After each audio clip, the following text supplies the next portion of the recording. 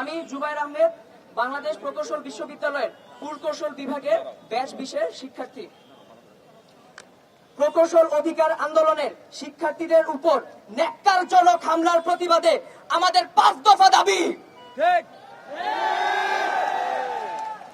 এক, স্বরাষ্ট্র উপদেষ্টা জাহাঙ্গীর আলম চৌধুরীকে প্রকৌশল অধিকার আন্দোলনের শিক্ষার্থীদের উপর বর্বরোচিত এবং ন্যাক্কারজনক হামলার জন্য আন্দোলনকারীদের সামনে এসে উপস্থিত হয়ে উক্ত ঘটনার জন্য ক্ষমা চাইতে হবে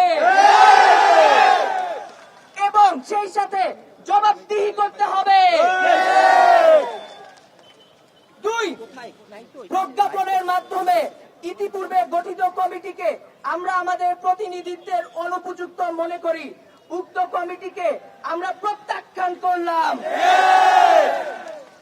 অনতিবিলম্বে বিশ্ববিদ্যালয়ের শিক্ষক প্রতিনিধি সহ প্রকৌশল অধিকার আন্দোলনের স্টেক হোল্ডারদের সাথে নিয়ে কমিটি সংস্কার করে পেশকৃত 3 দফা দাবিকে দ্রুততম সময়ের মধ্যে মেনে নির্বাহী আদেশের মাধ্যমে প্রজ্ঞাপন জারি করতে হবে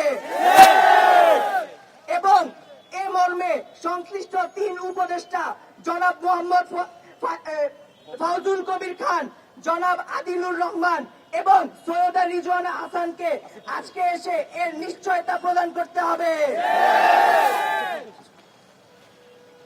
3, হামলায় আহত সকল শিক্ষার্থীদের চিকিৎসার ব্যয়ভার সরকারকে বহন করতে হবে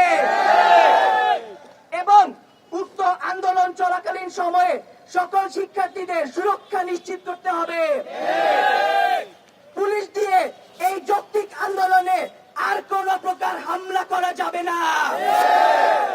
পুলিশ দিয়ে আন্দোলন বন্ধ করা যাবে না।